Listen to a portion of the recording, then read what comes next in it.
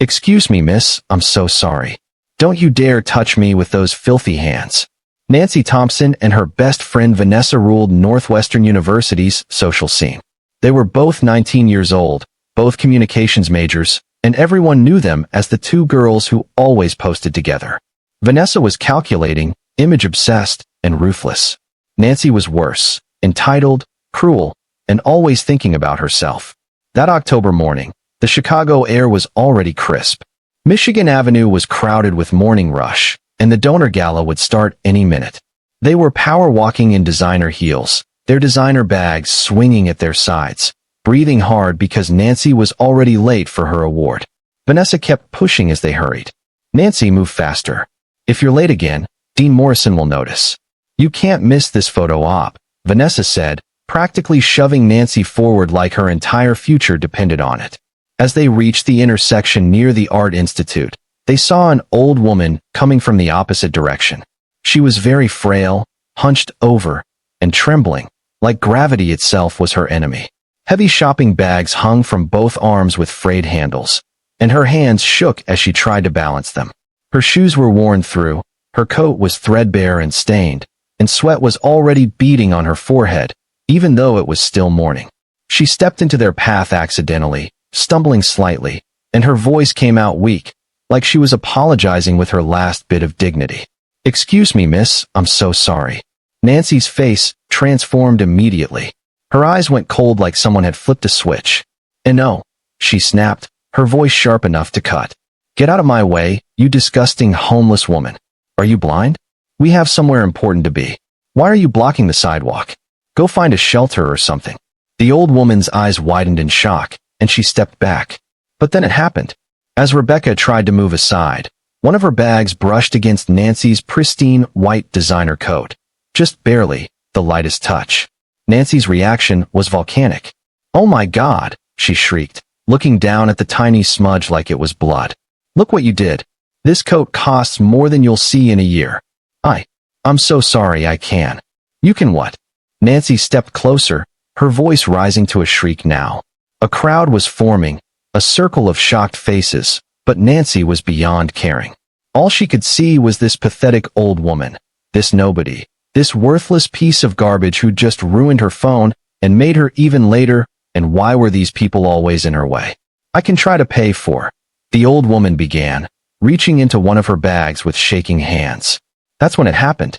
As Rebecca shifted her weight, one of her heavy bags swung outward and brushed against Nancy's pristine cream dress. Just barely. The lightest touch. But it left a small dirt smudge on the fabric, right at hip level. Nancy looked down at the mark, then back up at Rebecca, and something dark and ugly rose up inside her. "You just touched me," Nancy said, her voice dropping to something cold and dangerous. "With your dirty, disgusting bag. You just ruined my dress." "Miss, please, I didn't mean. This dress costs $3,000. Nancy screamed, and the crowd gasped. "More than you'll see in a year, you filthy homeless." "I'm not homeless," Rebecca tried to say. But Nancy wasn't listening. Nancy was seeing red. She was seeing this morning's traffic, and being late, and her cracked phone, and this worthless old woman who had the audacity to exist in her space, on her sidewalk, during her important day. Nancy's hand shot out and shoved Rebecca hard in the center of her chest. The old woman didn't just stumble. She flew backward, her frail body no match for Nancy's rage-fueled strength. Rebecca's bags flew from her hands, contents scattering across the concrete, canned goods, bread, apples rolling into the gutter. Her arms windmilled desperately for balance she couldn't find. Then she hit the ground. The sound of her body hitting concrete echoed in the sudden silence. Rebecca's palms scraped against the rough sidewalk, leaving bright streaks of red. Her head snapped back, missing the edge of a parking meter by inches. The crowd froze. Someone gasped. Nancy could see phones coming out, cameras pointing, but she didn't care. "Next time, watch where you're going," Nancy hissed. "And stay out of places you don't belong." She stepped over Rebecca's scattered groceries, her heel crushing a loaf of bread, and kept walking toward the valet stand without looking back. Behind her, she could hear murmuring. Someone was asking if the old woman was okay. Someone else was helping her up. Nancy's internal voice was screaming justifications. "She walked into me. She ruined my dress. She made me late. These people need to learn their place. Not once did Nancy feel remorse. Only irritation that this would make her even later than she already was. Nancy Thompson had no idea that the worthless woman bleeding on Michigan Avenue was about to change her life forever, or that every choice she'd made in the next 60 seconds had just sealed her fate.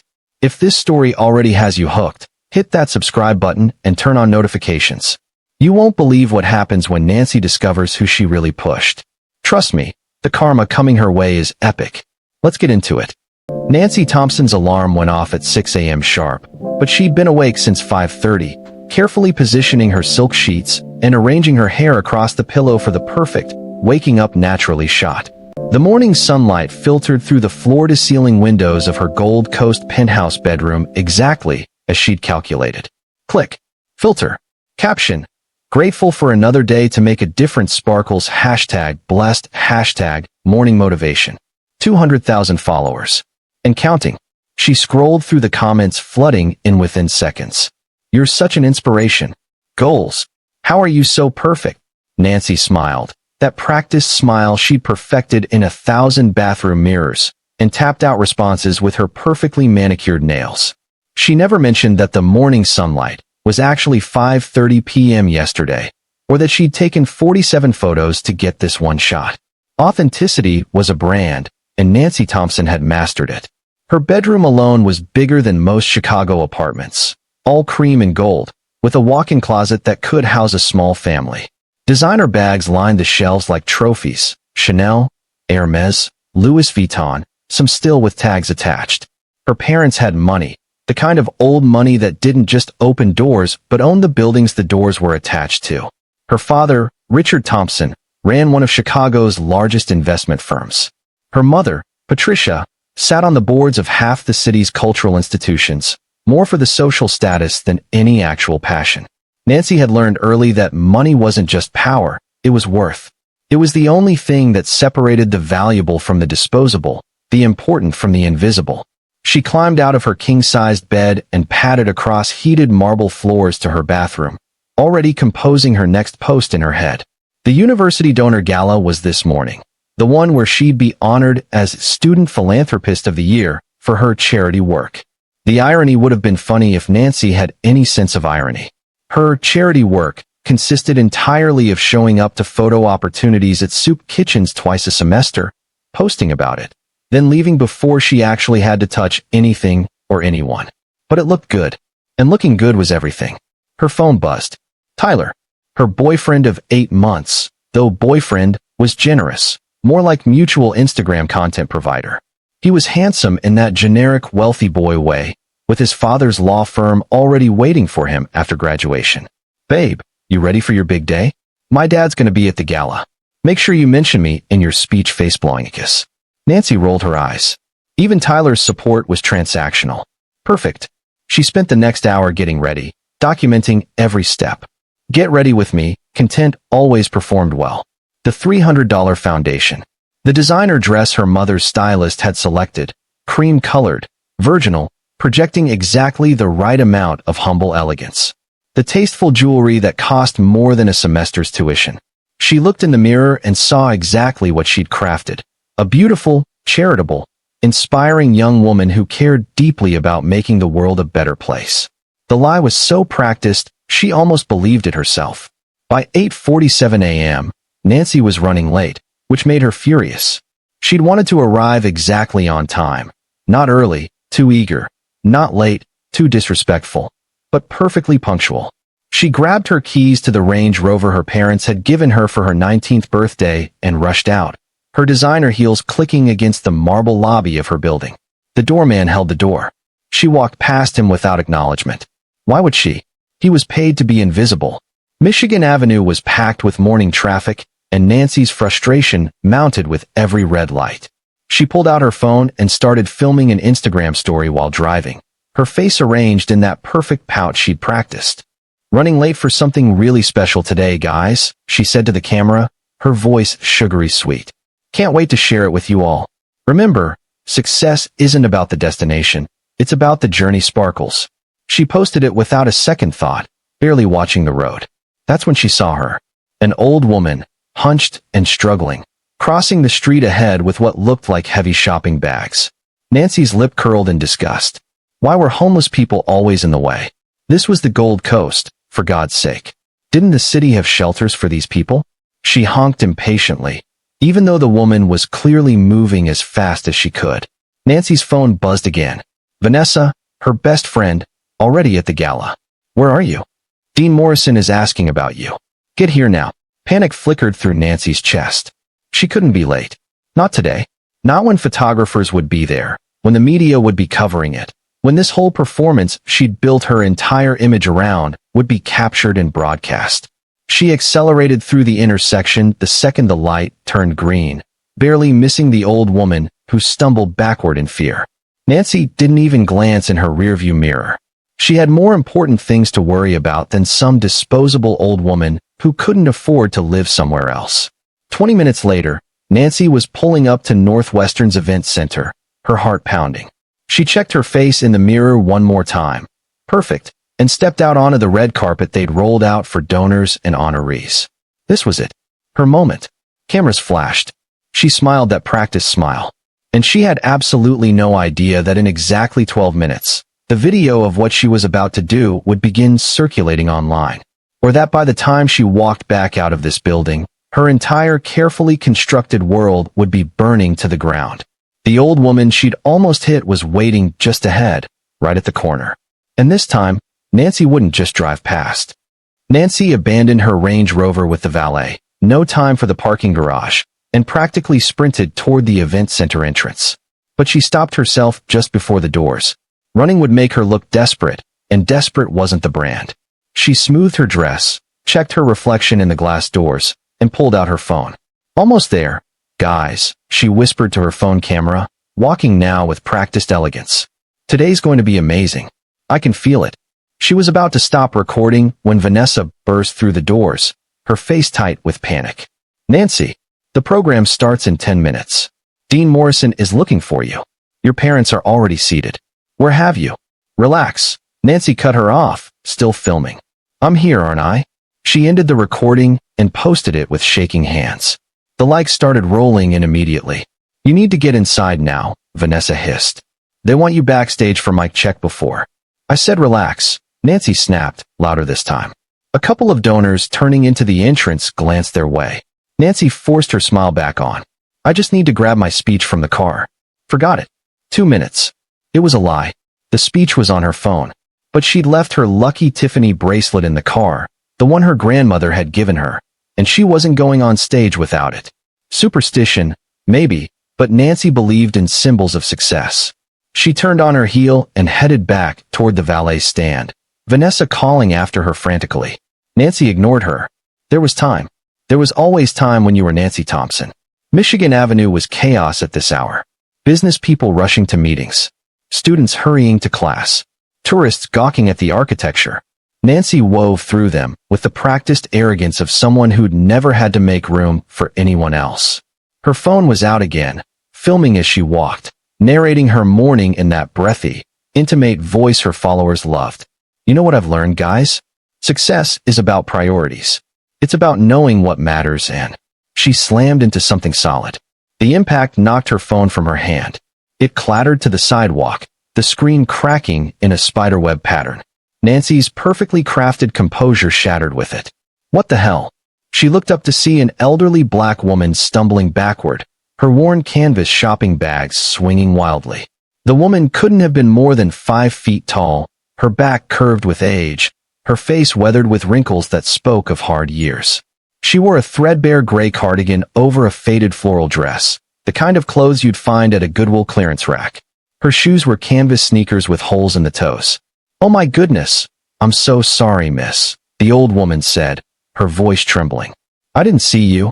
I was trying to. Are you blind? Nancy's voice cut through the street noise like a knife. People's heads turned. You just walked straight into me. The old woman's eyes went wide. I truly apologize. I was just what? Just being a careless old.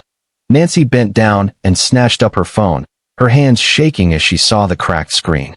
Look what you did. Do you have any idea how much this costs? I'm so sorry. I can. You can what? Nancy stepped closer, her voice rising to a shriek now. A crowd was forming, a circle of shocked faces, but Nancy was beyond caring. All she could see was this pathetic old woman, this nobody, this worthless piece of garbage who just ruined her phone and made her even later, and why were these people always in her way?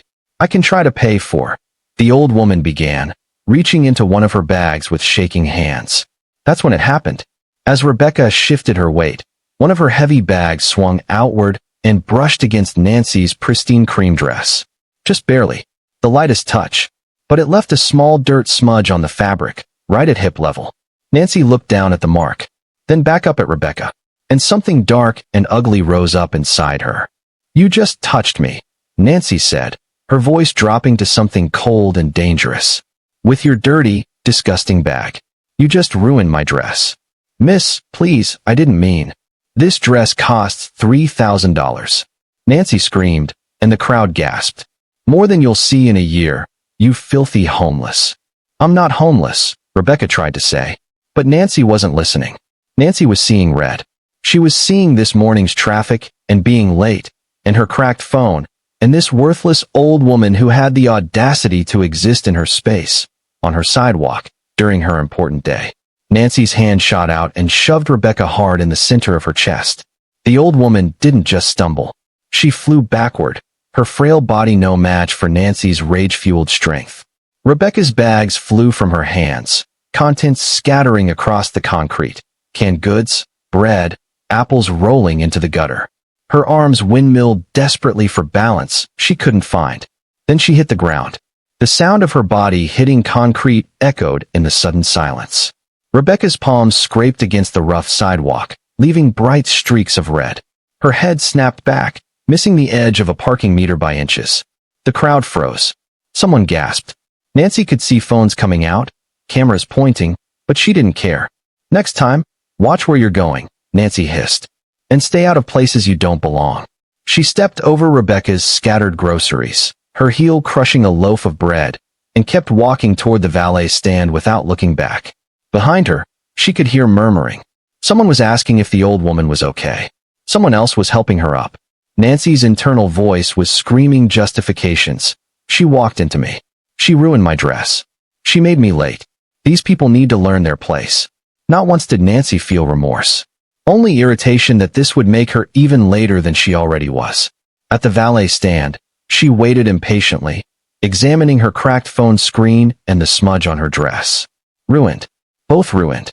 She'd have to do damage control, spin this somehow. Maybe she could change dresses. Maybe she could. Behind her, she didn't see Rebecca slowly pushing herself up from the ground. Didn't see the way the old woman's hands trembled as a kind stranger, a young mother with a stroller, helped gather her scattered groceries. Didn't see the blood seeping through Rebecca's torn stockings at the knees. But if Nancy had turned around, if she'd looked just once, she might have seen something that would have stopped her cold. Rebecca's face. There was no anger there. No tears. No pain, even. Just a deep, profound sadness. And something else. Recognition.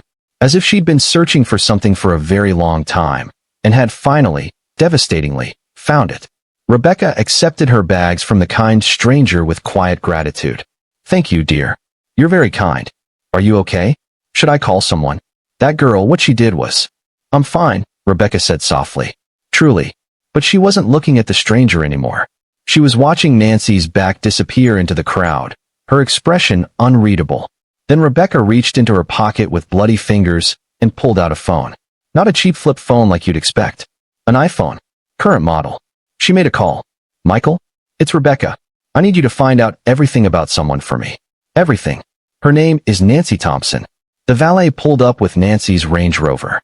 And Nancy Thompson, checking her makeup in the side mirror, had absolutely no idea that the woman bleeding on the sidewalk behind her had just made a phone call that would change everything.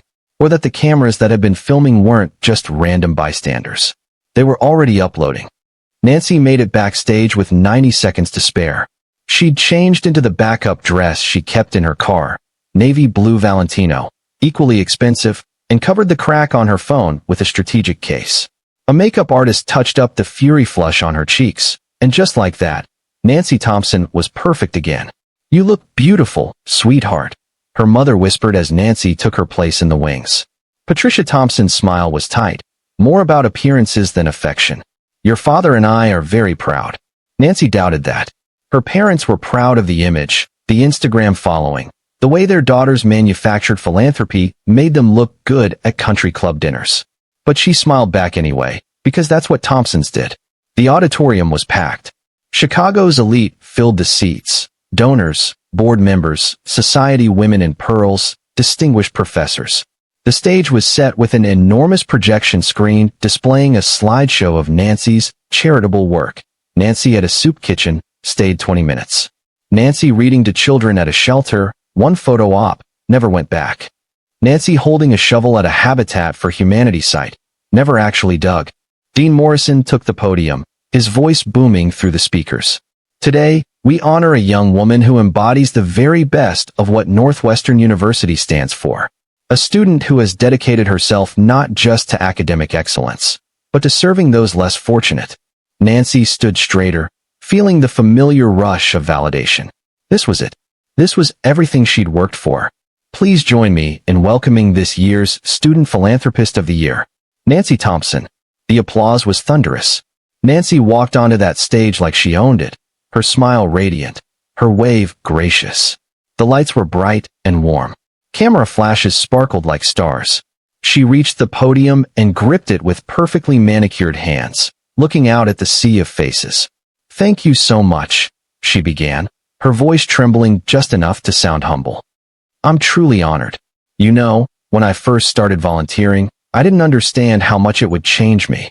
Lie. Complete lie. But it sounded good. I've learned that our most vulnerable neighbors, the homeless, the hungry, the forgotten, they're not statistics. They're people. Human beings who deserve our compassion, our respect, our dignity. In the third row, her father nodded approvingly. Tyler was filming on his phone. Vanessa gave her a thumbs up. Every time I serve a meal at a shelter, every time I look into the eyes of someone struggling, I'm reminded that we're all connected. That kindness isn't just something we do. It's who we are. The irony was so thick you could choke on it, but no one in that room knew. No one had seen what happened 30 minutes ago on Michigan Avenue. So I accept this award not for myself, but for every person who's ever been overlooked, every voice that's been silenced. Her phone started buzzing in the small clutch she'd left on the podium. Once, twice, then constantly, like a swarm of angry bees. Nancy ignored it, pushing through. Every soul who deserves to be seen. A ripple went through the audience. People were pulling out their phones. Whispers started spreading like wildfire through the seats. Nancy's smile faltered for just a second. What was happening? And I promised to continue this work, to continue fighting for those who can't fight for themselves. Oh my God, someone said loudly from the audience. A woman in the fifth row, her hand over her mouth, staring at her phone screen. More phones came out. The whispers became murmurs. Nancy could see faces changing, shifting from admiration to confusion to something that looked like horror. Is that? Someone else started. Nancy's mother stood up, her face pale, looking at her own phone. Dean Morrison hurried onto the stage from the wings, his expression grim. Nancy, I think we need to. The massive projection screen behind Nancy flickered. Her slideshow of carefully curated charity photos disappeared. And suddenly, filling the entire screen in crystal clear high definition, was a video. Nancy watched herself on that screen, watched herself scream at an old woman on a crowded sidewalk, watched her own face twist with rage and contempt, heard her own voice, amplified through the auditorium speakers, shrieking, $3,000. More than you'll see in a year, you filthy homeless. And then she watched herself shove that frail, elderly woman to the ground. The gasp that went through the auditorium was collective, visceral. Nancy's blood turned to ice. The video kept playing. Her stepping over scattered groceries. Her crushing bread under her heel. Her voice, cold and cruel. Stay out of places you don't belong. The caption beneath the video read, entitled Rich Girl Attacks Homeless Woman in Chicago. This is Nancy Thompson, Northwestern student about to receive Philanthropist Award. Share this. Nancy grabbed for the podium to steady herself. Her phone in her clutch was vibrating so hard it was bouncing. She could see it now, hundreds of notifications flooding in. Thousands. Her Instagram was exploding. But not with praise. How could you? Someone shouted from the audience. That poor woman, another voice cried. Tyler was already leaving, pushing past people in his row. Vanessa's face had gone white. Dean Morrison gripped Nancy's arm. You need to leave. Now. I can explain, Nancy started, but her voice came out strangled. There's nothing to explain, he said, his voice hard. We all just watched what you did. Nancy's father was standing now, his face purple with rage, not at the video, but at the embarrassment. Her mother was crying, but Nancy knew those tears weren't for the old woman. They were for their ruined reputation. The projection screen continued looping. Over and over. The shove. The fall. The cruelty. Someone in the audience started recording Nancy's reaction with their phone. Others joined. Now she was the spectacle, the villain, the monster. Get off my stage, Dean Morrison said quietly. Nancy stumbled backward, her heel catching. The applause from 5 minutes ago had transformed into hostile muttering. She could hear words being thrown like stones. Disgusting. Psychopath. Evil. She turned and ran. Through the backstage area. Past shocked volunteers and horrified staff members. Out the side exit into the harsh daylight of the parking lot. Her phone wouldn't stop buzzing. She finally pulled it out with shaking hands. Twitter was on fire. The video had gone viral, 100,000 views in the last 20 minutes. News outlets were picking it up. Her Instagram comments were a flood of rage and disgust. Someone had already created a hashtag. Hashtag Nancy Thompson is trash. Nancy, her father's voice behind her. She turned, hope flaring. Maybe he'd help. Maybe he'd fix this like he'd fixed everything else. But Richard Thompson's face was stone cold. Do you have any idea what you've done to this family? To my business? My clients are already calling. The board members. Dad, I didn't mean. I don't care what you meant, he roared. You just destroyed everything we've built. On camera. With witnesses. Her mother appeared, mascara running. How could you be so stupid, Nancy? So reckless? That's not how we raised you. Yes, it is, Nancy wanted to scream. You raised me to believe I'm better than everyone else. You raised me to think money makes me untouchable. But the words wouldn't come. Her phone rang. Unknown number. She answered without thinking. Nancy Thompson? A professional voice. This is Jennifer Park from Channel 7 News. We'd like to get your statement about the video of you assaulting an elderly woman this morning. Nancy hung up. Immediately another call. Another news station. Text messages flooding in. Former friends distancing themselves. Sponsors dropping her. Her university email pinging with official notices. And through it all, one thought kept circling in Nancy's brain. That old woman. Who was she? Why did this feel less like random viral fame and more like something planned? Nancy looked down at her phone one more time. The video was still spreading. 200,000 views now. 500,000. The comments were brutal, calling for her expulsion, her cancellation, her complete destruction. And at the bottom of one Twitter thread, someone had posted, Update. The homeless woman Nancy attacked is Rebecca Chun. The Rebecca Chun, billionaire philanthropist, founder of Chun Foundation. Oh, Nancy, you have no idea what you just did. Nancy's hands went numb. Rebecca Chun, the woman she'd shoved to the concrete, the woman whose blood was probably still drying on Michigan Avenue, was one of the most powerful women in Chicago. And Nancy Thompson had just assaulted her on camera in front of 100 witnesses. Her phone rang again. This time, the caller ID made her stomach drop. Attorney, Chun Foundation. Nancy stared at the screen, her entire world collapsing in real time. And somewhere across the city, in an elegant office overlooking Lake Michigan, Rebecca Chun sat with ice on her scraped palms, watching the same video Nancy was watching. Watching it with an expression that held no anger. Only certainty. The test had begun. Nancy didn't answer the attorney's call. She sat in her Range Rover in the parking lot, watching her phone light up like a slot machine gone haywire. Except every notification was a loss. The video had hit 1 million views in 2 hours. CNN picked it up by noon. Wealthy student attacks philanthropist Rebecca Chun. By 2 p.m., Fox News ran it with the headline entitled Generation Exposed. MSNBC called it, When Privilege Turns Violent. Local Chicago stations played it on loop, interviewing witnesses who'd been there, who'd seen everything. She was like an animal, one woman told Channel 7. That poor elderly lady was bleeding, and this girl just stepped over her like she was garbage. Nancy's Instagram followers started dropping. 200,000 became 195,000. Then 190,000. She watched the number fall in real time. Each lost follower a tiny death. The comments on her last post, the one from this morning about making a difference, were vicious. You make me sick. I hope they arrest you. Rot in hell, Nancy Thompson. This is who's getting awards? This monster. Nancy tried to delete the post, but screenshots had already spread everywhere. Everything she'd ever posted was being examined now, dissected, weaponized.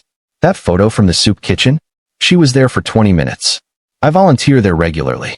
She took pics and left. The Habitat for Humanity post? She never picked up a hammer. Total fraud. Her entire carefully constructed life was being exposed as a lie. By evening, Northwestern's official statement came through. We are launching a full investigation into the incident involving Nancy Thompson.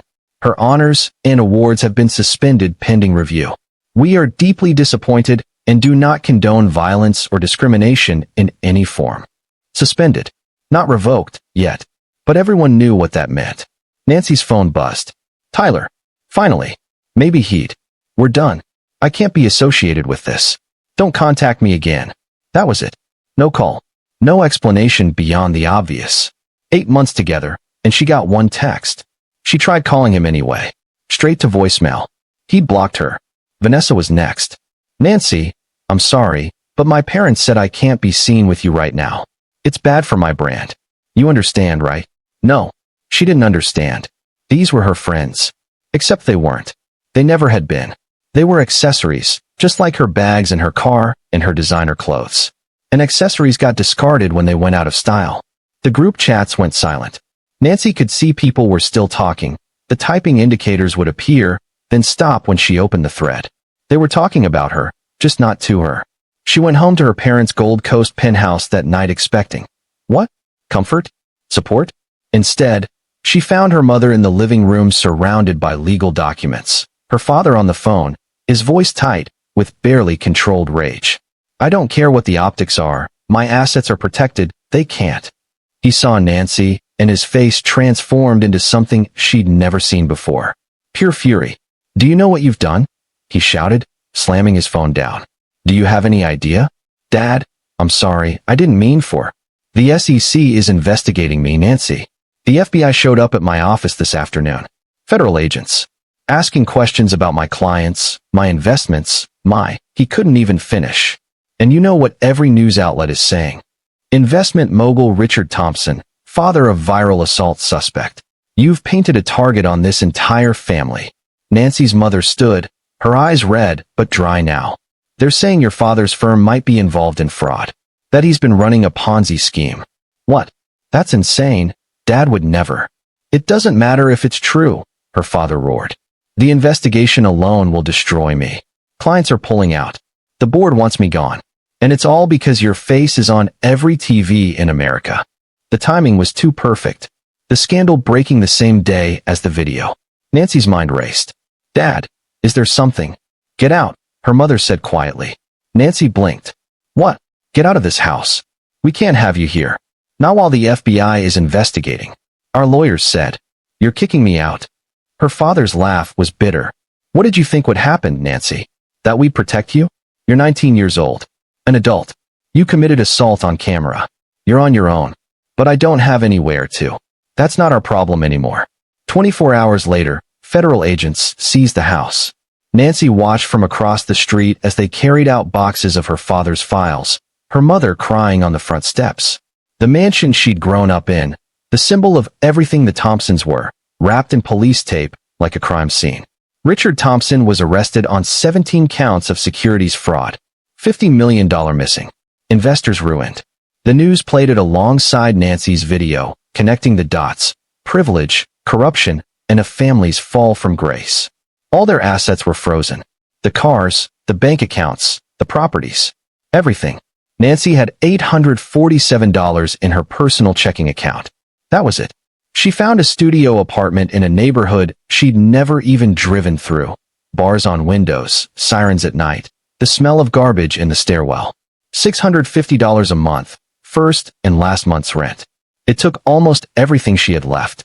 The apartment was smaller than her old walk-in closet. Stained carpet. A mattress on the floor someone had left behind.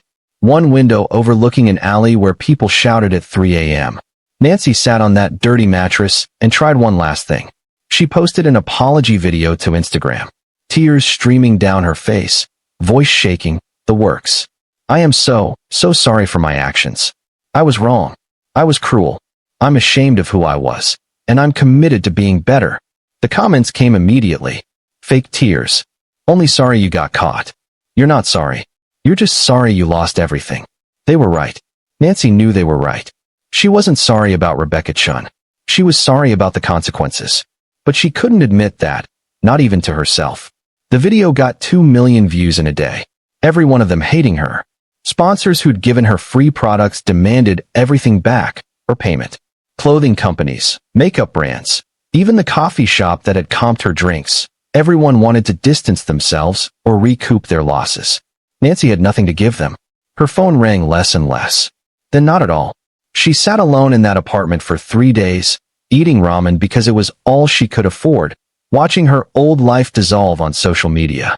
Someone created a Nancy Thompson downfall compilation video set to sad music. It went viral too. By day 4, Nancy had $23 in her account. No job. No prospects. No one to call. Her Instagram was down to 8,000 followers. Most of them hate followers waiting to see what she'd do next. She lay on that stained mattress and stared at the water-damaged ceiling and thought, this is rock bottom. She had no idea how wrong she was. If you're still watching at this point, drop a comment with, I'm still here. Let's see who's truly following this shocking story. And trust me, what happens next will leave you speechless. Rebecca didn't actually come in that day. She stood in Nancy's doorway for exactly 30 seconds, her eyes scanning the miserable studio apartment, taking in the stained mattress, the single light bulb, the life reduced to nothing. I see was all she said. Then she turned and walked away, her heels clicking down the hallway, leaving Nancy standing there with her mouth open and 1,000 questions dying on her tongue. That was 2 weeks ago. 2 weeks of silence. 2 weeks of Nancy waiting for the lawsuit that never came, the criminal charges that never materialized, the next shoe that never dropped. Just nothing. Worse than nothing. Nancy had been applying for jobs since day 6. Coffee shops, retail stores, restaurants. Anything that would hire someone with no experience and a communications degree that was now worthless. The first Starbucks interview seemed promising. The manager was young, friendly, barely looked at Nancy's application. So, Nancy Thompson, she said, typing the name into her computer. Then her face changed. Wait, the Nancy Thompson? Nancy's stomach dropped. I can explain. Interview's over. We don't hire people who assault elderly women. Please leave. It happened again at Target. At McDonald's. At a local boutique where Nancy had once spent thousands without blinking. The manager there recognized her immediately. You used to shop here, the woman said slowly. She was older, maybe 55, wearing a simple cardigan and reading glasses. You were rude to my staff. You returned a dress after wearing it and demanded a full refund. You called my employee incompetent because she couldn't find your size fast enough. Nancy didn't remember. She'd treated so many people like that. They all blurred together.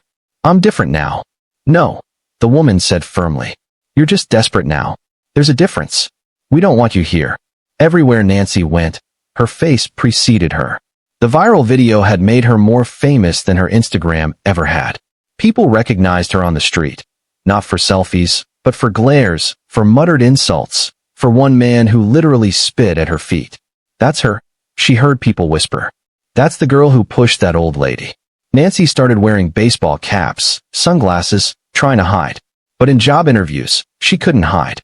She had to show her face, give her name, and watch the same recognition dawn over and over. Rejected. Rejected. Rejected. By week 3, Nancy got her first eviction notice. $650 for rent, due in 5 days. She had $8 in her account. She stood in her apartment staring at the designer clothes still hanging in her closet, a tension rod stretched across one corner. Chanel, Gucci, Valentino.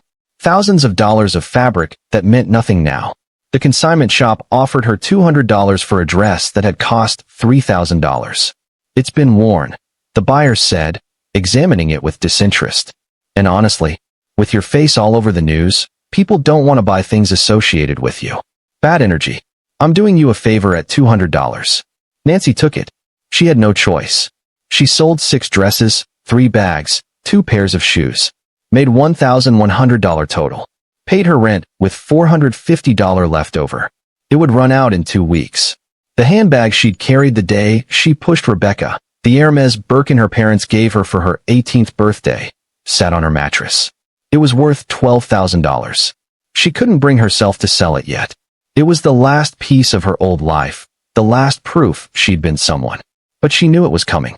Everything was temporary now. Everything was for sale. Nancy stopped posting on Instagram entirely. What was the point? Her 8,000 remaining followers were just there to watch her suffer. Instead, she scrolled through other people's lives. There was Vanessa at a rooftop party, cocktail in hand, surrounded by people who used to be Nancy's friends too.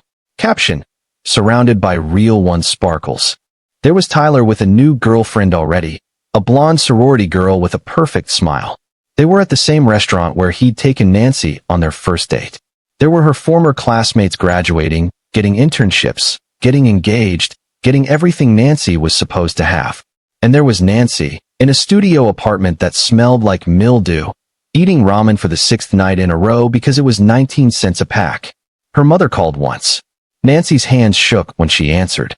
"Mom, your father's trial is in 3 months, Patricia said, her voice cold. His lawyers said the publicity from your video made it impossible to seat an impartial jury. They're talking about moving venues. It's going to cost us an additional $200,000 in legal fees." "I'm sorry." "You're sorry." Her mother's laugh was sharp as glass. "Nancy, you destroyed this family. Your father might go to prison. Our name is ruined. Do you understand that? The Thompson name meant something in this city. Now it's a punchline. It's not all my fault. Dad was the one who—" "Don't you dare," Patricia hissed. "Your father made mistakes, but you made us visible. You put a spotlight on this family that destroyed us. If you'd just kept your mouth shut, if you'd just been normal for once in your entitled life." The line went dead. Nancy tried calling back. Her mother had blocked her number. That night, Nancy sat on her mattress in the dark. She'd turned off the light to save electricity and felt something crack inside her chest. Not anger, not rage. Those required energy, required fight, and Nancy had nothing left. Just emptiness. She thought about the bottle of sleeping pills she'd bought when the insomnia started. How easy it would be. How quiet. No more job rejections, no more stares, no more hate comments, no more being Chicago's most hated student. Just nothing. Nancy held the bottle in her hands, turning it over and over. But even in this, she was too proud. They'd love that, she whispered to the empty room. They'd say I took the coward's way out. That I proved I was weak. That I couldn't handle the consequences of my actions. So she put the pills back. Not because she wanted to live. Because she refused to give them the satisfaction of being right. Nancy lay back on the mattress, staring at the water-stained ceiling, and cried for the first time since everything fell apart. Not the performative tears from her apology video. Real tears. Ugly tears. The kind that left her face blotchy and her throat raw. She cried for the life she'd lost. She cried for the person she'd been. Not because she missed her, but because she was finally seeing that person clearly and was horrified. She cried because she was alone. Truly, completely alone. No friends. No family. No future. She cried because she was 21 days away from being homeless. And she had no plan, no options, no way out. And she cried because somewhere deep in her broken pride, Nancy was starting to understand that she deserved this. She must have fallen asleep because when she woke up, gray morning light was filtering through the dirty window. Her phone was buzzing on the floor beside her. Unknown number. Nancy almost didn't answer. But what did it matter anymore? Hello. Her voice was hoarse from crying. Nancy Thompson? A professional woman's voice. This is Catherine Mills from the Chin Foundation. Ms. Rebecca Chin would like to meet with you. Today, 10 a.m. at her office. She asked me to tell you this is not optional. Nancy's blood went cold. I don't understand. The address is 875 North Michigan Avenue, 42nd floor. Be on time, Ms. Thompson. This is your only invitation. The line went dead before Nancy could respond. Nancy sat up slowly, her heart pounding. Rebecca Chin. The woman she'd assaulted. The woman she'd humiliated. The woman who'd stood in her doorway 2 weeks ago and walked away. Was this it? The lawsuit? Criminal charges? Some kind of public confrontation? Nancy looked around her apartment. At the nearly empty closet. At the eviction notice on the floor. At her phone showing $3.47 in her bank account. What choice did she have? At 9:45 a.m., Nancy stood in front of a gleaming skyscraper in the heart of Chicago's Magnificent Mile, the same street where she'd pushed Rebecca to the ground. The building's lobby was all marble and gold, the kind of place she used to belong. Now she felt like an imposter. Her clothes were clean, but cheap. Her hair was unwashed. She looked like exactly what she was, someone who'd lost everything. The elevator rose to the 42nd floor, and Nancy's hands wouldn't stop shaking. The doors opened to reveal an elegant reception area with floor-to-ceiling windows overlooking Lake Michigan.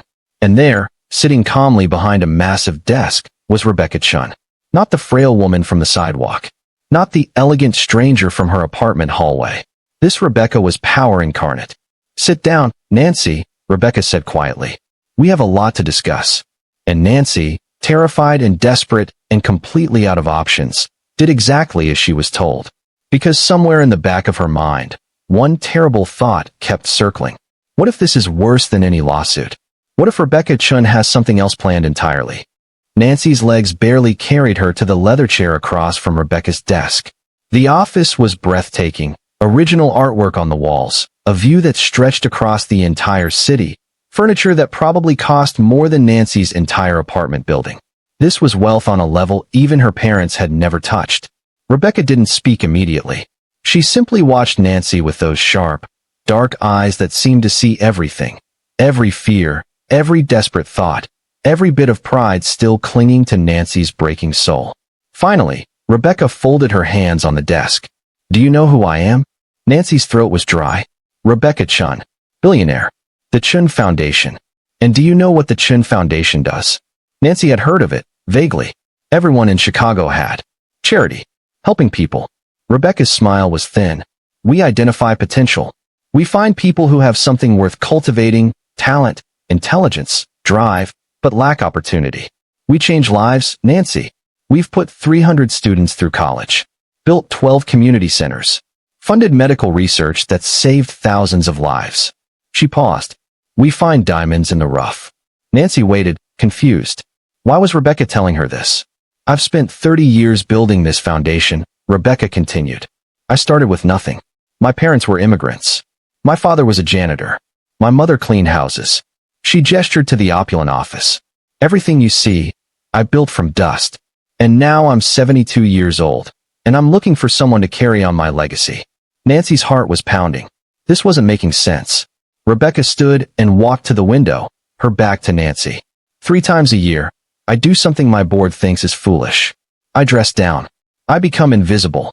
I walk through the streets of Chicago like any other elderly woman struggling with groceries or needing help. And I watch. I watch to see who stops, who helps, who sees me as a human being rather than an inconvenience. "Oh God. Most people ignore me," Rebecca said softly. "They're busy. They're distracted. I don't blame them. But occasionally, someone stops. Someone shows kindness without any expectation of reward. Those are the people I remember. Those are the people who become part of my foundation."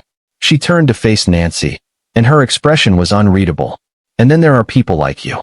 Nancy felt like she was going to be sick. "I've been doing this for 20 years, Rebecca continued, walking back to her desk. "I've been ignored, brushed off, even insulted. But Nancy, in all that time, no one has ever physically assaulted me. No one has ever shoved me to the ground and called me trash. You were a first." "I'm sorry," Nancy's voice cracked. "Are you?" Rebecca asked sharply. "Are you sorry for what you did, or are you sorry that it destroyed your life?" Nancy opened her mouth, but no words came out, because she didn't know the answer. Even now, sitting here, she didn't know. Rebecca sat down again, steepling her fingers. "I've been watching you these past weeks. I've seen you try to get jobs. I've seen you get rejected. I've seen you sell your pretty things. I've watched you sit alone in that apartment and realize that money was the only thing that made you matter." Nancy's eyes burned. "Why? Why are you watching me?" "Because I wanted to see if you'd break." The words hung in the air like a blade. "I wanted to see if losing everything would change you, or if you'd stay exactly who you were, just with less money." Rebecca leaned forward. "And here's what I've learned. You're not sorry. You're not changed. You're just scared. And that, Nancy, is actually perfect. Nancy blinked. What? You're exactly where you need to be to make a choice.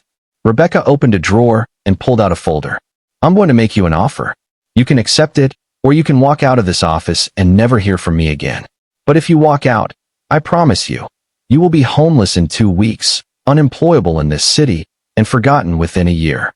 Nancy's hands gripped the armrests. That sounds like a threat. It's reality, Rebecca said calmly. Your face is known. Your name is poison. No one will hire you. No one will help you. You burned those bridges yourself. She pushed the folder across the desk.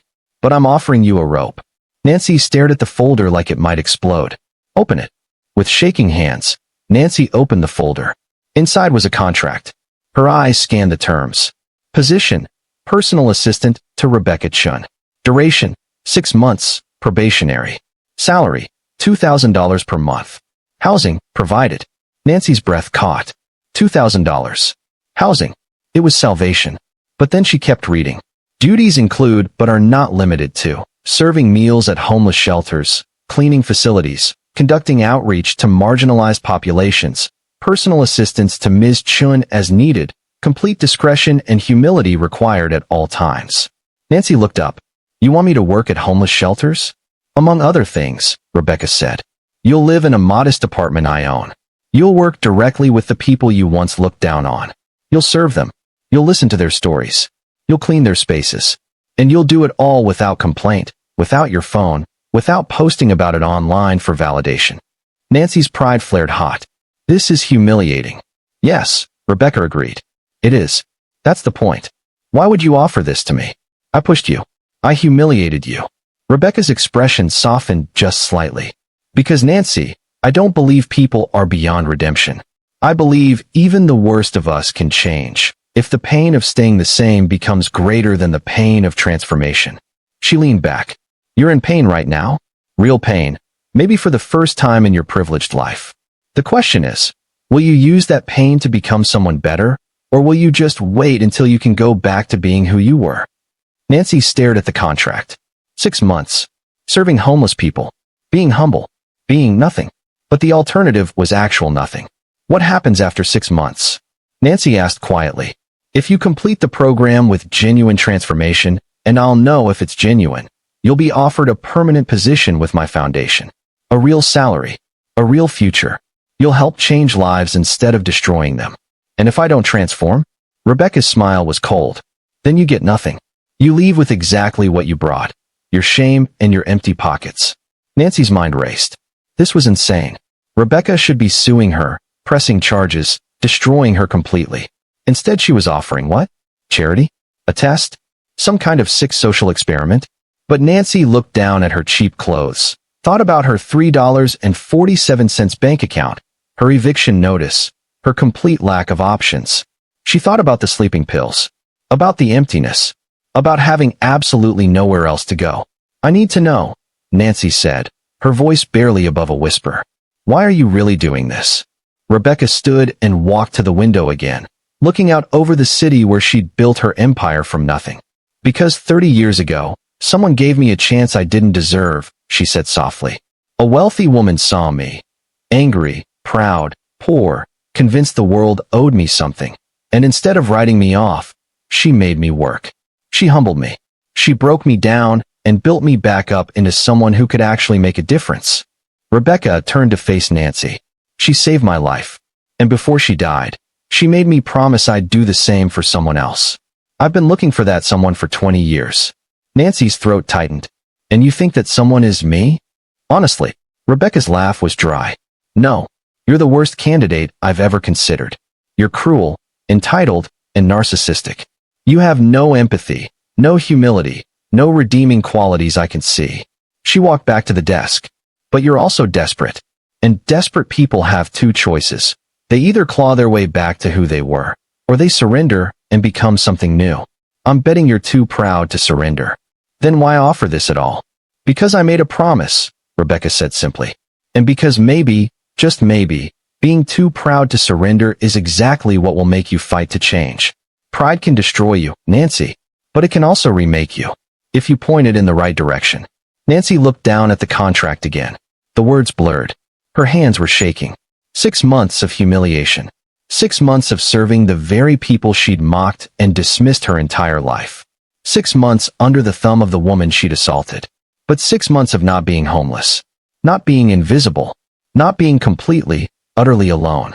If I sign this, Nancy said slowly, and I do everything you ask, you'll really give me a future? If you genuinely change, Rebecca corrected. I'm not interested in performance. I'm interested in transformation. And I'll know the difference. Nancy picked up the pen on the desk. Her pride screamed at her to throw it back, to walk out with her head high, to tell Rebecca Chin to go to hell. But her desperation was louder. She signed her name. Rebecca took the contract and smiled, and there was something in that smile that made Nancy's blood run cold. Not cruelty, not satisfaction, pity. You start tomorrow, Rebecca said. 6 a.m.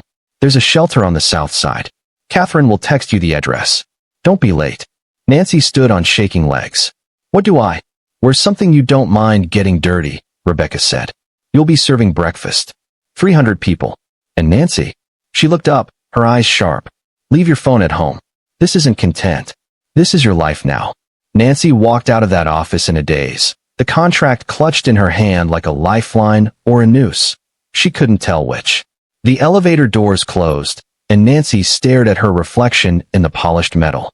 And for the first time in her life, she didn't recognize the girl looking back. The alarm went off at 4:45 a.m. Nancy had never woken up this early in her life unless it was to catch a flight to somewhere expensive. The shelter address Catherine had texted was on the south side, a part of Chicago Nancy had only ever seen from the highway, the part people like her talked about in hushed tones with words like dangerous and rough. Nancy took the bus because she had no other option. The early morning riders stared at her, and she stared back until they looked away. Some part of her old self still believed she was better than this, better than them, even though she was sitting on the same cracked plastic seats. The shelter was a squat brick building with barred windows and a faded sign. Hope Community Center. The irony wasn't lost on Nancy. Rebecca was already there, waiting by the entrance in simple work clothes, jeans, a sweatshirt, her silver hair pulled back. She looked like a volunteer grandmother, not a billionaire. You're 3 minutes late, Rebecca said, checking her watch. The bus was. I don't care about excuses. Inside, the kitchen was industrial and harsh. Metal counters, fluorescent lights that buzzed, the smell of industrial cleaner mixed with cooking oatmeal. A woman in her 60s was already stirring a massive pot. This is Gloria, Rebecca said. She runs the kitchen. You'll do whatever she tells you. Gloria looked Nancy up and down with obvious skepticism. This the girl? Yes. The one from the video? Nancy's face burned. Of course they knew. Gloria's expression hardened. Well, you got your work cut out for you then. She thrust a hairnet and plastic gloves at Nancy. Put these on. You're on serving duty. Breakfast starts in 40 minutes. We expecting 300 people. 300. Nancy's hands trembled as she pulled on the hairnet. She caught her reflection in the metal refrigerator door. She looked ridiculous, small, ordinary. Oatmeal, fruit, toast, Gloria instructed. 1 scoop, 1 piece, 2 slices. Keep the line moving. Don't chat. Don't judge. Don't make eye contact if it makes you uncomfortable. Just serve. The doors opened at 6 a.m. sharp, and the line stretched down the block. Nancy had never seen people like this up close. Families with children clutching worn backpacks. Elderly men with faces carved by weather and hard living. Women who looked her age, pushing strollers, eyes hollow with exhaustion. They filed in quietly, efficiently, like this was routine. Because it was. The first person in Nancy's line was an elderly man, his hands shaking as he held out his tray. Nancy scooped oatmeal, her movements mechanical. Don't think. Don't feel. Just get through this. Thank you, he said quietly. Nancy didn't respond. Couldn't. The words felt too big in her throat. The line kept coming.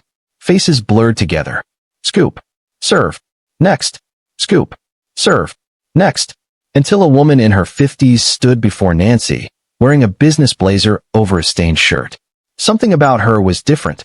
Her posture, her eyes, the way she held her tray like she was ashamed to be holding it at all.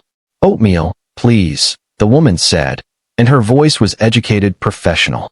Nancy scooped, but her hand hesitated. Do you work around here? The woman's smile was bitter. I used to. I was a marketing executive. VP level. Had a corner office downtown. She paused. Then my company got investigated for fraud. Sound familiar? Nancy's blood went cold. Lost everything in 3 months. The woman continued. Savings, house, reputation. No one would hire me. I've been here for 6 weeks. She took her tray. You learn real fast that it doesn't matter who you were. Only matters who you are now. And right now, I'm hungry. She walked away, and Nancy stood frozen until Gloria barked. Keep moving. People are waiting. By noon, Nancy's feet were screaming. Her back ached. Her hands smelled like industrial soap and oatmeal. Gloria had her mopping floors next, scrubbing toilets, wiping down tables still sticky with spilled food. I cleaned bathrooms my whole life, Gloria said, watching Nancy gag at a particularly filthy toilet. Raised 3 kids doing it. You think you're too good for this? No, Nancy lied. Yes, you do. I can see it on your face. Gloria handed her another rag. But here's what you're gonna learn. There's no dignity in the work. Dignity is in doing it anyway. That afternoon, Rebecca assigned Nancy to the common area, a room with donated couches and a TV, where people waited between meals or just tried to stay warm. Sit, Rebecca instructed. Listen, that's all. Nancy sat on a worn couch next to a girl who couldn't have been older than 22. She had a backpack clutched to her chest like it held everything she owned. Because it probably did. First time, the girl asked. Volunteering? Yes. You look terrified. Nancy almost laughed. Is it that obvious? Little bit. The girl extended her hand. I'm Jasmine. Nancy shook it hesitantly. Nancy. Recognition flickered across Jasmine's face. Wait. You're that girl. From the video. Nancy braced for the attack, the insults, My family kicked me out too, Jasmine said quietly. Nancy blinked. What? Different reasons. I'm gay. My parents are religious. They said I had to choose between who I am and having a family. Jasmine's eyes were dry, like she'd cried all her tears already. I chose me. Been on the streets for months. Still can't find steady work. Can't afford first and last month's rent anywhere. So here I am. Nancy's throat tightened. I'm sorry. Are you? Jasmine asked, and there was no malice in it, just genuine curiosity. 'Cause most people say that, but don't mean it. They're just sorry they have to think about people like me. Nancy opened her mouth to defend herself, but stopped. Because Jasmine was right. 2 months ago, Nancy would have walked past her without a second glance. Would have thought. That's what happens when you make bad choices. I don't know if I mean it, Nancy admitted. But I think I'm starting to. Jasmine smiled sadly. That's more honest than most people manage. Over the next 2 weeks, Nancy met more people whose stories cracked something inside her. Marcus, 63, who'd been a college professor until early onset Alzheimer's made him unreliable. His family couldn't afford memory care. The shelter was safer than the streets. Maria, working 3 jobs, gas station, fast food, night cleaning crew, who still couldn't afford rent in a city where a studio apartment cost more than she made in a month. Her 2 kids stayed with different friends each week, hoping no one called CPS. David, who'd been released from prison after 15 years for a crime he committed at 19. No one would hire him. No one would rent to him. The shelter was the only place that would take him. Their stories piled up in Nancy's mind like stones, heavy and sharp. She saw her father in Marcus's confusion. Saw herself in Jasmine's isolation. Saw her mother in Maria's desperate hustle to maintain appearances while everything crumbled. And slowly, so slowly Nancy almost didn't notice, something started to shift. She stopped counting days. Stopped checking her phone constantly. Rebecca had allowed her to keep it, but Nancy rarely had energy to look. Stopped performing kindness and sometimes, just sometimes, actually felt it. Rebecca watched everything. She was always there, in the background, her eyes tracking Nancy's every movement, every interaction, every moment Nancy's mask slipped. One morning, 3 weeks in, Nancy was serving breakfast when a man started crying in line. Just broke down, tears streaming, shoulders shaking. Old Nancy would have frozen, uncomfortable, waiting for someone else to handle it. But this Nancy, tired, worn down, defenses cracking, set down her serving spoon and came around the counter. Hey, she said softly. Are you okay? The man looked up, surprised anyone had noticed. My daughter. She won't talk to me anymore. I tried calling. She blocked my number. I just want her to know I'm sorry. And Nancy, who hadn't spoken to her own mother in a month, who knew exactly what it felt like to be cut off from family, said, "I'm sorry. I know that kind of pain," and meant it. The man nodded, wiped his eyes, took his tray. When Nancy turned around, Rebecca was standing there, watching. For the first time, something like approval crossed her face.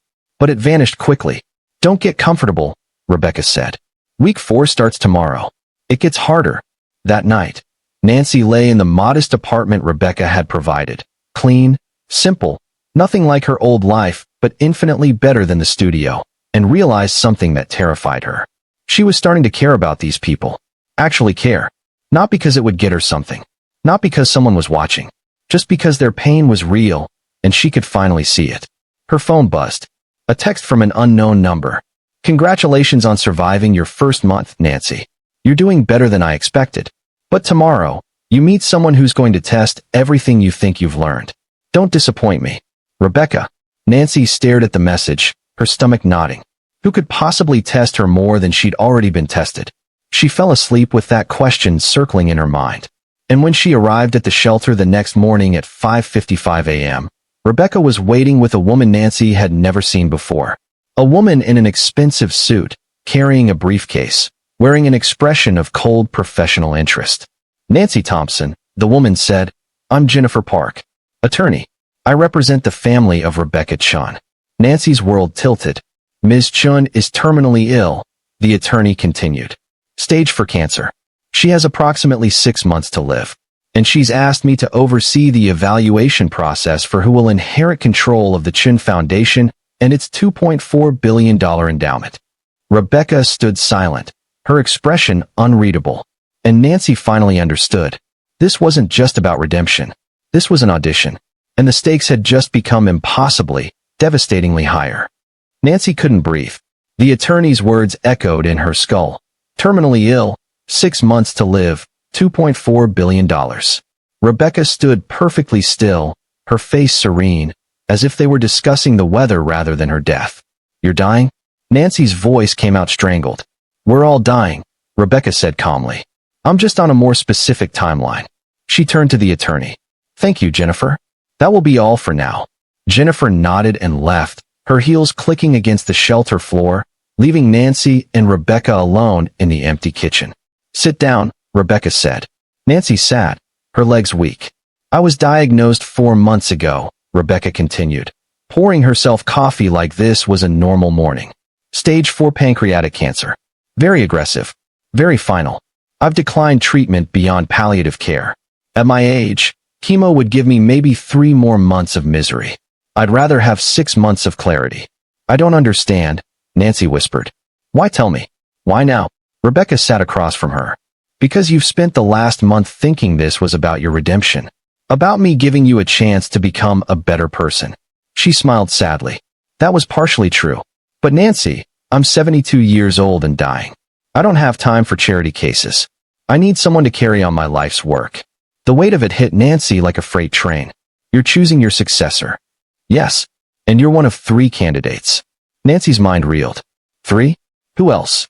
That's not your concern. What you need to know is this. In 4 weeks, there will be a gala honoring my legacy. 500 guests, media coverage, the entire Chicago philanthropic community. Each candidate will speak about their journey, their transformation, their vision for the foundation's future. Rebecca's eyes bore into Nancy's. "And at the end of the night, I will announce my choice." Nancy's hands trembled. $2.4 billion. The power to change lives. The chance to matter again, but in a way that actually meant something. Or was she just falling back into old patterns? Seeing this as another prize to win, another competition to dominate? "Why me?" Nancy asked. "You said it yourself. I'm the worst candidate you've ever considered."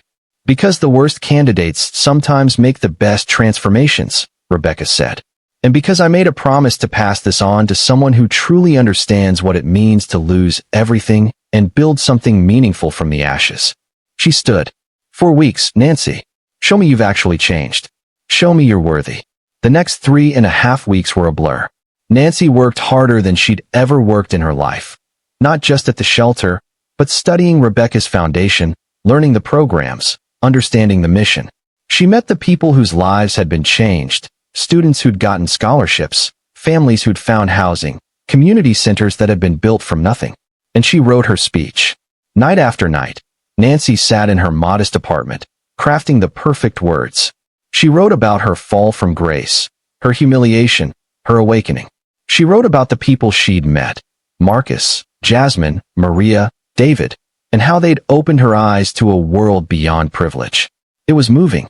It was powerful. It was exactly what people wanted to hear. It was also carefully calculated. Nancy practiced in the bathroom mirror, perfecting every pause, every emotional crack in her voice, every tear that would well up at just the right moment. She filmed herself on her phone, watching the playback, adjusting her performance until it was flawless. I was blind, she practiced, her voice trembling on cue. I saw people as beneath me when they were the ones who lifted me up. I came to the Chun Foundation broken, and Rebecca Chun showed me that broken things can be remade into something beautiful. Perfect. Inspiring. Everything a successor should say. But as Nancy watched herself in the mirror, something cold settled in her stomach. She looked like the old Nancy. Polished. Performed. Perfect. She was doing it again, using people's pain, their stories, their humanity as content, as material to get what she wanted. The only difference was she was better at hiding it now. Nancy turned off the camera, her hands shaking. No. She was different. She had to be. She'd changed. She'd worked. She'd served. She'd listened. That counted for something. That was real, wasn't it? The night before the gala, Nancy was in her apartment pressing her dress. A simple navy blue, modest but elegant. Rebecca had approved it when her phone rang. Maria, the mother who worked 3 jobs. Nancy almost didn't answer. She needed to sleep, needed to be perfect tomorrow, needed to. Nancy. Maria's voice was breaking. I'm sorry to call. I know it's late, but I didn't know who else. They're evicting us. Tonight. The landlord changed the locks early. My girls are outside with me. It's cold, and every shelter I've called is full. Nancy's throat constricted. What about Hope Community Center? Full. There was a fire at another shelter. Everyone's displaced. Nancy. Please, I just need somewhere for my daughters to sleep tonight. They have school tomorrow. And Maria was crying now, trying to muffle it so her children wouldn't hear. Nancy looked at the clock. 11:47 p.m. The gala started at 6 p.m. tomorrow. She needed to be there early, needed to prepare, needed to. Where are you? Nancy heard herself ask. Maria gave an address on the south side. Nancy knew that neighborhood. It would take an hour to get there by bus at this time of night. Maybe longer. Stay there. I'm coming. Nancy hung up and stared at her pressed dress hanging on the door, at her prepared speech on the table, at the mirror where she'd practiced her performance. No one was watching. Rebecca wasn't testing her. This was just Nancy, alone, with a choice. Go to Maria. Spend the night finding emergency housing, calling shelters, maybe not getting any sleep. Show up to the gala exhausted, unprepared, potentially ruining her one chance at redemption and $2.4 billion. Or stay home. Maria would find something eventually. People did. It wasn't Nancy's responsibility. She had more important things to worry about. This was her future. Her one shot. Old Nancy would have stayed home, without a second thought. And performed Nancy, the one who'd learned all the right words, all the right responses, would stay home too, because strategic Nancy understood that you couldn't help anyone if you didn't secure your own position first. But somewhere in the past month and a half, beneath the performance and the calculation, something genuine had taken root. Something small and fragile that Nancy was terrified to name. She thought about Marcus's daughter who wouldn't speak to him. About Jasmine choosing herself over her family's acceptance. About the executive who'd lost everything to fraud, just like Nancy's father. She thought about Maria's daughters, probably huddled together right now, trying not to cry, trying to be brave while their mother fell apart. Nancy grabbed her coat. She left the dress hanging, left the speech on the table, left the mirror and the performance and the perfect version of herself behind. The bus ride took 73 minutes. Nancy found Maria and her 2 daughters, ages 6 and 9, sitting on the curb outside a rundown apartment building, everything they owned in black garbage bags. The younger one was crying. The older one had her arm around her sister, her face blank with the kind of forced calm that broke Nancy's heart. Nancy, Maria breathed. You came. Of course I came. They spent the next 5 hours calling every contact Nancy had made through the foundation. Every shelter, every emergency housing program, every church with a basement. Everything was full. Everything was impossible. At 4:30 a.m., Nancy finally reached someone, a program coordinator she'd met during her first week, who owed Rebecca a favor. There was one room available. Temporarily. It wasn't ideal, but it was warm and safe. Nancy helped Maria and the girls move their things. Got them settled.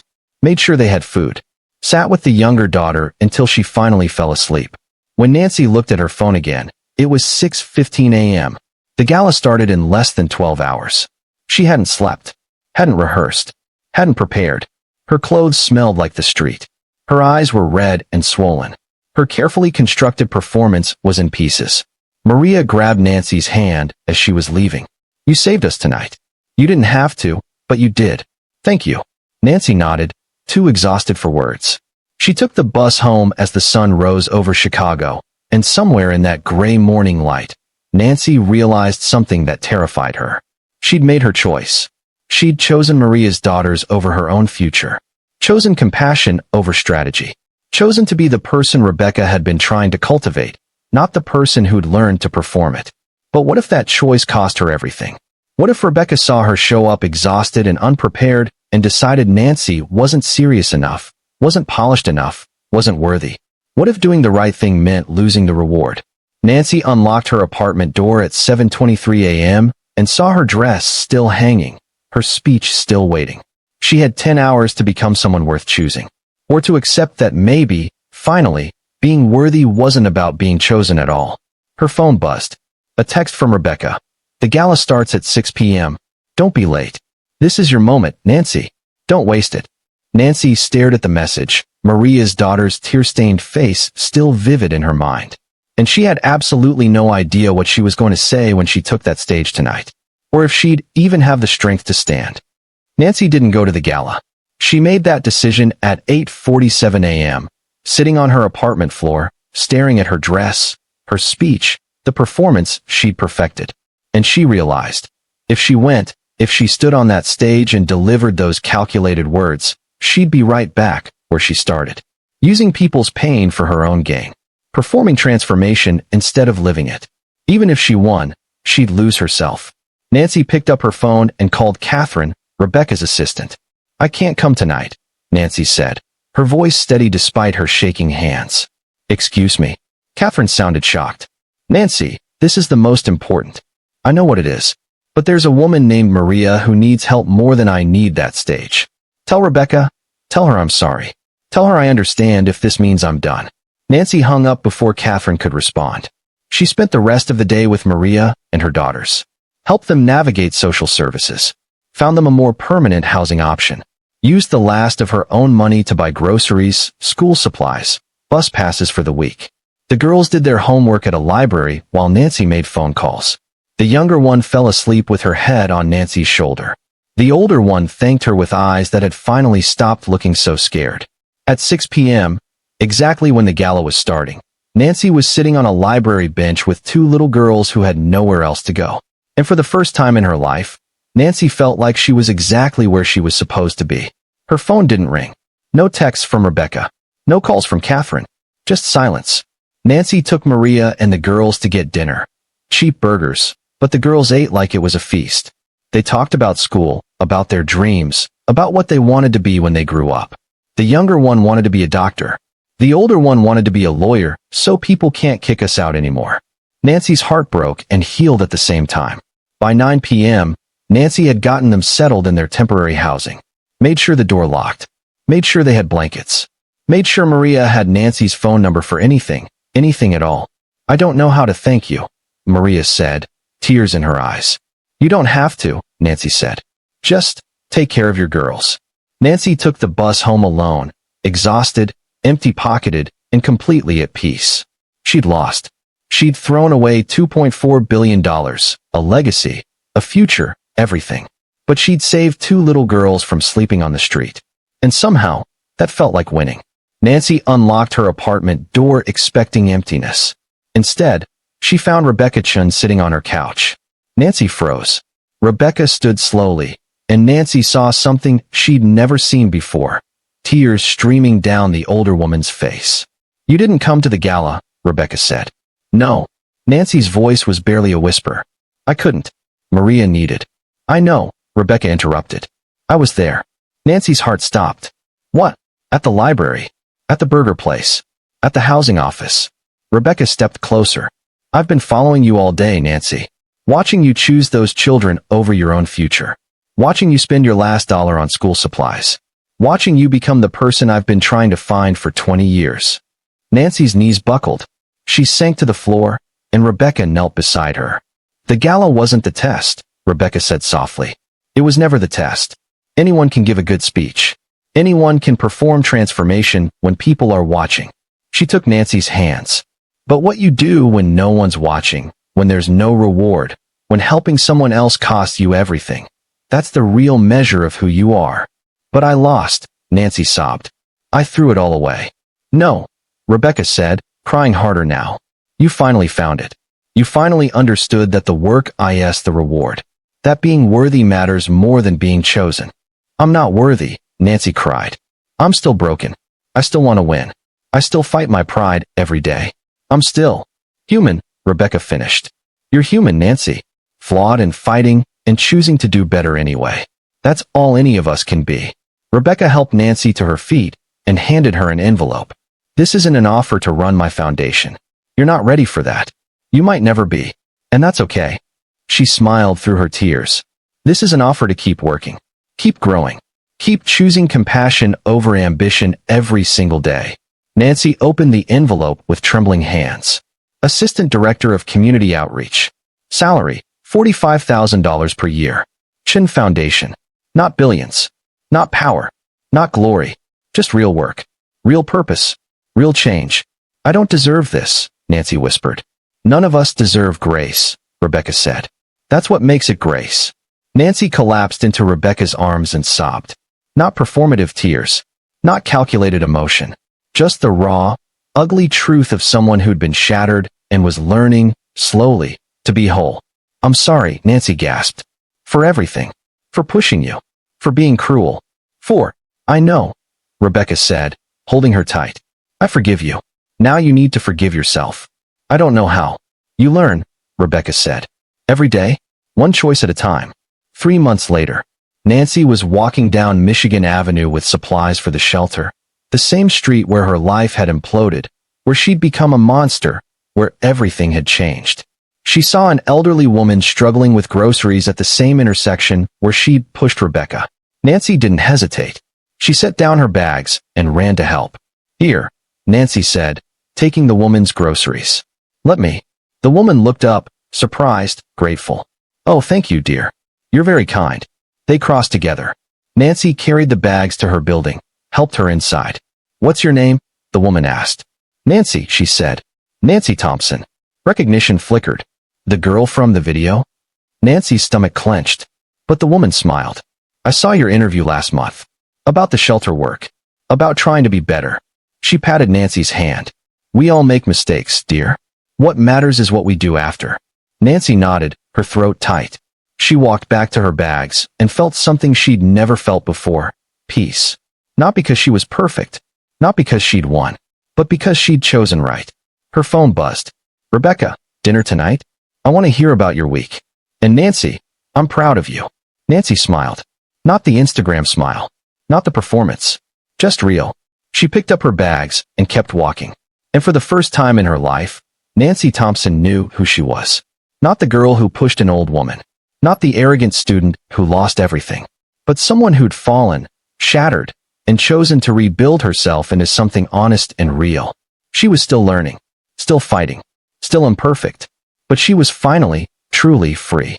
6 months later, Rebecca Chin passed away peacefully, surrounded by the people whose lives she'd changed. Nancy sat at the funeral beside Maria and her daughters, beside Jasmine and Marcus and David and Gloria, beside hundreds of people who'd been touched by Rebecca's foundation. In her will, Rebecca left the Chun Foundation to a board of directors, including Nancy, who served not as director, but as the voice of those the foundation served. Nancy never became a billionaire, never regained her Instagram followers, never got her old life back. But she gained something infinitely more valuable, a purpose that didn't require an audience. Every morning, Nancy woke up and went to Hope Community Center, served breakfast, listened to stories, helped people who reminded her of who she'd been and who she'd almost become. And every morning, she remembered two women on Michigan Avenue, the one she'd pushed and the one who'd pushed back, not with revenge, but with grace. The choice between those two moments was the choice she'd keep making for the rest of her life. One day at a time, one person at a time, one act of quiet compassion when no one was watching. Because Nancy Thompson finally understood, transformation isn't a destination. It's a choice you make every single day. And today, she chose right. If this story moved you, touched your heart, or made you believe that people can change, hit that like button and subscribe for more incredible true stories of redemption and transformation. Share this with someone who needs to hear that it's never too late to become who you're meant to be. Drop a comment telling me what moment hit you hardest. And remember, you're not defined by your worst moment. You're defined by what you do after. Thank you for watching, and I'll see you in the next one.